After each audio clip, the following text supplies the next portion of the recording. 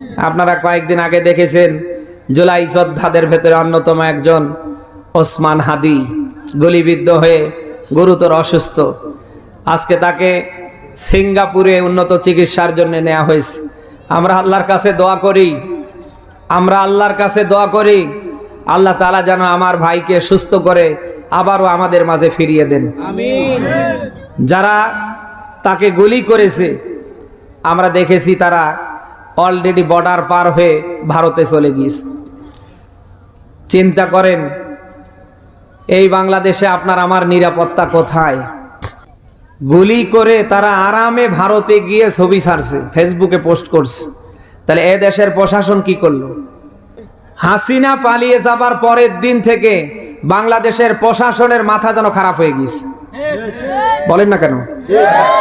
আপনি যদিও দেখতে পাচ্ছেন যে এক একজন প্রশাসন মনে হয় আল্লাহর ওলি আব্দুল কাদের জেলানি হয়েছে, ওদের ভেতরে যে কি শুরু হয়ে গিয়েছে এটা শুধু ওরা বুঝছে। আমার কথা কি শুনতেছেন?